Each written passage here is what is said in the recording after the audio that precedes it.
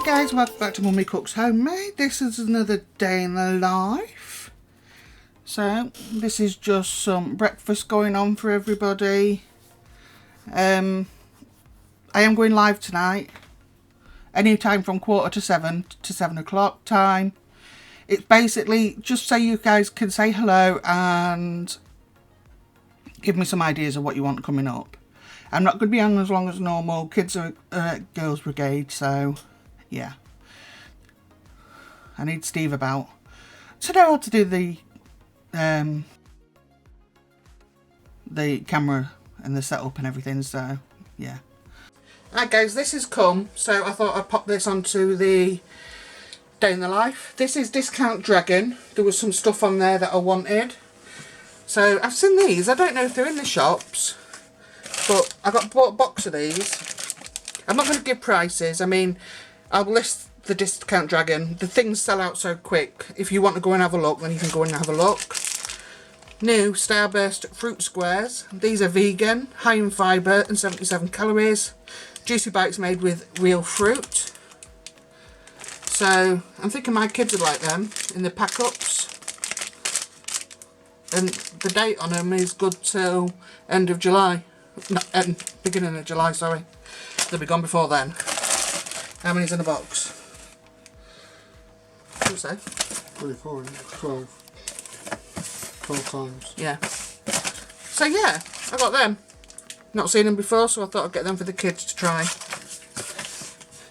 These I got because they're full mini Smarties for baking. And these ones I used to put in baking or my ice cream, to be perfectly honest. Cookies. Yeah, or cookies, whatever. So they're handy to buy when they're at Discount Dragon, so I always try to grab them. So I've bought another apple Dutch cake. This one and the stem ginger one. I like them both. I prefer this one. I'm not keen on the ginger. You're not keen on the ginger. The ginger's not got a very strong gingery taste, does it? But yeah, I really enjoyed the apple one for anyone that's interested in that sort of flavour. So, and I got another stem ginger. This was 1p. A lot of stuff. Excuse me. Gas from pop. A lot of stuff, if it's not selling quick enough, because they rotate stock so often, they drop them down to a penny. I think there's about 5 things on the website at the minute that's a penny. So that's all that was. It's not going to last long, but for a penny. Steve was only just saying the other day, oh, we run out of burger sauce, so I already knew I'd ordered one. It's not very big, but for the amount of times we have burgers, it's fine for now. I got him another one of these because it was cheap. And this is the flavour he likes, so yeah. Because whenever a box comes, I always get, before it's even opened, I always get, I never get nothing, me. Our fellas do, it's always for you. And then he opens the box and then we've got a thingy of cider. But that one, it smells really fruity when it's opened. Like these to me look like, these are vegan, look like Twinkies, yeah. Again, these don't expire until nearly the end of July. So not everything that's sold at these discount stores for cheap is out of date. It's a full box. Golden sponge cake with cream filling. These will be perfect for pack-ups. Same as the little fruit bars. So I spotted them and I thought I'd grab one of them. If they don't like them, I'm sure me and Steve will probably trough them. And the last thing I got, because everyone knows what this house is like for crisps. Now, kettle chips, you know how expensive these are now. Well, sour cream and sweet onion, love that flavour. This is the big bag, look, not the 45 gram bag. And there's 16 in this box, and I can't remember how much it is. But I don't think it was more than £6 or £7 for all of it. And I think these are £2 a packet or more. Like 150 off for now. 150 on offer. So yeah, goodbye. So they're there at the minute as well. Well, there was. By the time you see this, I don't know if there will be. So yeah, I thought I'd show you these. Just little things we get during the week. So yeah, on to the next. Right, so this recipe, I'm just deboning some 5 chicken thighs. and de-skinning them. This recipe is sweet sesame chicken. And it's one of those chickens that goes, once it's battered and fried, well, it's not even really battered, to be perfectly honest. It goes back into a sauce. And this new way I've found, it stays crispy. And the sauce, oh my word. Oh my word. So you want to cut these up into small pieces. So it wants to be bite size. You've got to think bite size, and then it's going to have a coating on. So take that into account as well, of what you would consider a reasonable bite size. I mean, I've got a massive gob, so I could probably fit the entire thigh fillet in, but, you know, for camera's sakes. This was absolutely beautiful. So you're going to cut this up into pieces, and then once you've done that, you're going to put in a marinade and leave it for about 20 minutes. You see, it's easy to take the bone out. No problem there, look. You still got your thigh.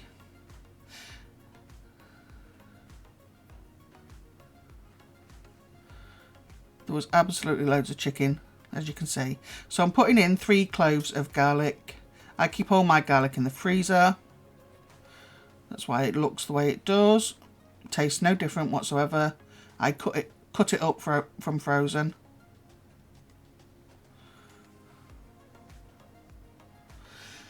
So this marinade that goes into this bowl, I am going to put it below as well.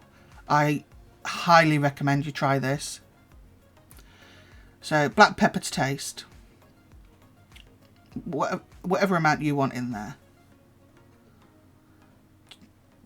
As many cloves of garlic as you like. We all like different types of garlic. 2 teaspoons of soy sauce. Half a teaspoon of salt. 1/3 teaspoon of baking soda. And this baking soda is what reacts with the starch and makes it bubbly. 1 egg and 3 tablespoons of either sweet potato starch, and you can get all these on Amazon easily, or potato starch. And you just mix it all with the chicken and set it aside. I got this bag of potato starch for a couple of quid off Amazon. And I thought, these starches can't make that much difference. Yeah, they do. So the one that's going to give, in order, I'll give you the list of what makes the chicken stay crispy once it goes into that sauce at the end. So the one that's going to make it the crispiest, and the ones that's most commonly used in Asian restaurants, and that is sweet potato starch, followed by a tapioca starch, potato starch, cornflour or cornstarch, and the least one for keeping it crispy, surprisingly, is plain or all-purpose flour. And that's because the gluten makes it doughy and makes it absorb the moisture back into the chicken really quick, so it goes soggy. So yeah, you're going to mix them together, set them aside, and then you can make your sauce. So the sauce is 3 tablespoons of brown sugar, 2 tablespoons of honey. I've got a cheap honey here. It's about 80 odd pence a jar. Works perfectly. 2.5 tablespoons of soy sauce.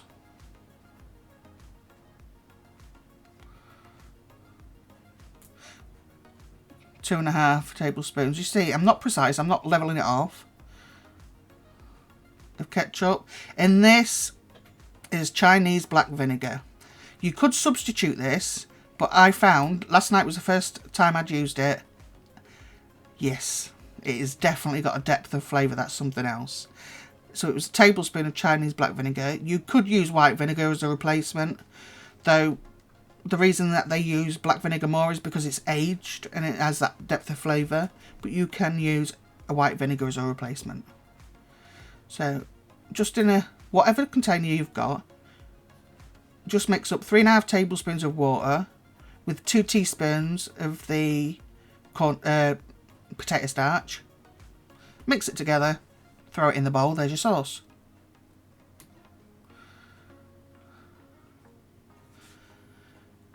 Then you just need some white sesame seeds at the end. I used a mixture of white and black actually, it doesn't really make any difference. So just mix that up, pour it in. That is your sauce. Once that sauce goes into the pan, it's going to take literally 2 minutes. It's there. So I've got my pan ready. Put as little as you can on. Remember, it goes to waste, whatever's left on there on the plate. So I'm just all that marinated chicken, and that marinated chicken made so much difference as well in taste. So I'm just going to take the chicken, coat them in the flour, leave them to the side a minute. Ideally, leave them about 10 minutes coated. It keeps the flour, the starch there, clinging to it better. So I'm coating enough to put in my wok.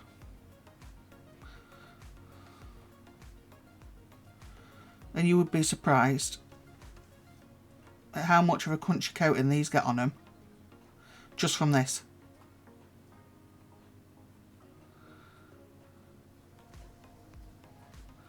It looks like they're going in naked, doesn't it, when you look at them in that frying pan, but they're definitely not. So you can always add more starch to that plate, but if you add too much, it just, as like I say, it's just waste. Out of that bag I use very little. So I've already, to the right of the screen, you can't see properly, but I took out some that are cooked but not fully browned. That's not me zooming in, that's Steve messing about with the camera. I hope I zoomed it back out. Yeah, he did. Because take my cooker, man. That's why I don't do these very often. So as you can see, the other chicken is at the side. That is still really crispy.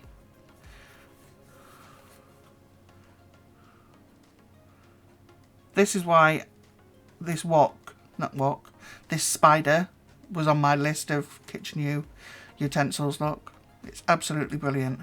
Now it's going back in, and it's gonna, I've turned the heat up so it goes brown and gets crispier. So in a separate pan to the side, I'm going to add a dash of sesame oil. This is going to add to the flavour also of the sauce. Sauce goes in, get everything out.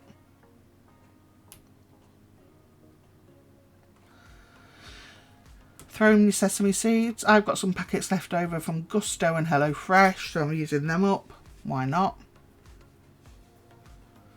Don't have the heat too high on this pan because your sauce will burn. And you're only cooking this sauce till it thickens, that's it. As you can see, it's thin at the minute, it's just gone in. And this is your sauce that will coat that beautiful chicken. I'm going to tell you it was good. It was good. I will not switch from doing it this way now.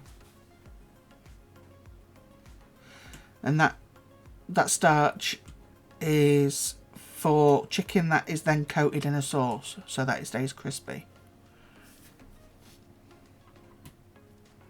So not all my chicken will be cooked this way, but definitely my sweet and sour chicken and this sweet sesame chicken, yeah, definitely. And that black vinegar, wow.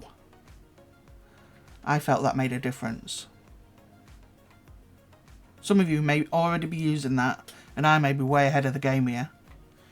But yeah, definitely. Now you can see that that's thickened up. I'm going to turn the heat off now, because it's done. And you think that this is not going to coat that chicken. It does. This chicken is well cooked. All I'm doing is crisping up that batter. Look at that batter, considering all it had on it was that potato starch. Look at it. Oh, I already know what this tastes like, guys. I had it last night for my tea. Oh, and not a thing was wasted. This was better than takeout. I honestly swear to that, this was better than takeout. Definitely a keeper for this family, this recipe. And that spider Love that spider. Grabs up that chicken really well and leaves all the rubbish on the bottom of the pan. There we go. So like I say, you think it's not going to mix in. There's definitely not enough sauce to mix it in. I was thinking that to myself while I was mixing it, but there is. And I didn't rush to plate it up because I really wanted to test this out. And right up to the time that I finished eating, it was still crispy. Good texture. You can of course use chicken breast if you're a chicken breast fan. I'm not, as everybody knows. I do like the thighs. They've got more taste to them, they stay juicy. See, I told you it'll coat it. Steve absolutely loved this. He'd love stuff like this.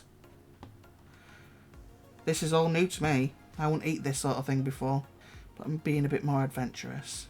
So I've got my usual pilau rice. And it was just microwave rice. Nothing special. Some, I can't remember if they were duck or vegetable now.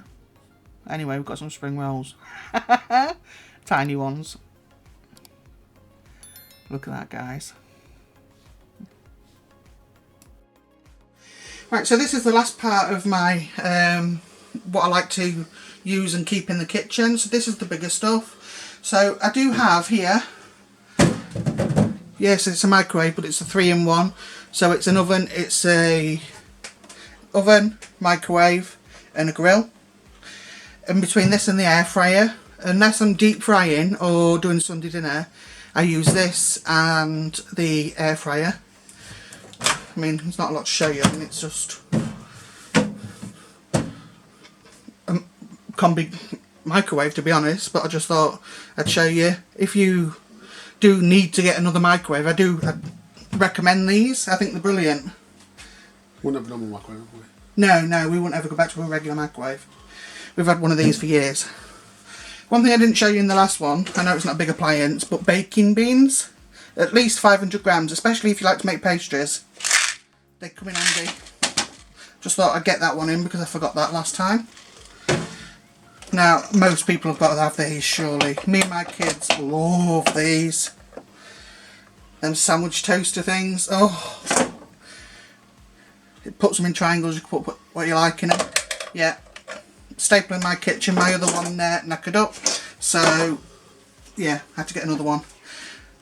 Mixer, this one is old. This was Steve's mum's. So, yeah, obviously we've got this. We're not going to do anything with it neither until it breaks. So, it's got all the 3 attachments, the balloon whisk, the paddle and the dough hook. So I do recommend these, especially for people if you haven't got a bread machine but you can't need to make bread. The dough hook on this is brilliant. Also whisking, cream and stuff for cakes. I still think that the electric hand whisk thing is a lot slower compared to one of these.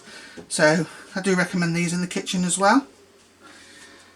A large, just plain large pot. This is what I do the stocks in when I make my chicken stew and I cook that them 2 big pieces of turkey. This was absolutely full of just turkey stock. So, and I cook my Christmas ham in this usually. So do I use it every day? No. But if I didn't have it in the kitchen, I would need it. So yeah, a big stock pot like that. And here, you'd have seen this in the video that I've just done anyway, with the frying of the sweet sesame chicken. This is my large wok. I mean, I've had this years now, haven't I? And I've also got the smaller one that you've seen as well. So I do recommend both sizes. I use them both for chips as well because I don't use a deep fat fryer anymore. I just wait until the oil goes cold and then decant it into a 1 litre oil bottle. And probably use it once more if it was for chips. And then I can get rid of it in that oil bottle as well. So yeah, I do recommend woks, but a good wok. Both of mine have been really good. So I've got one this size, one maybe half this size.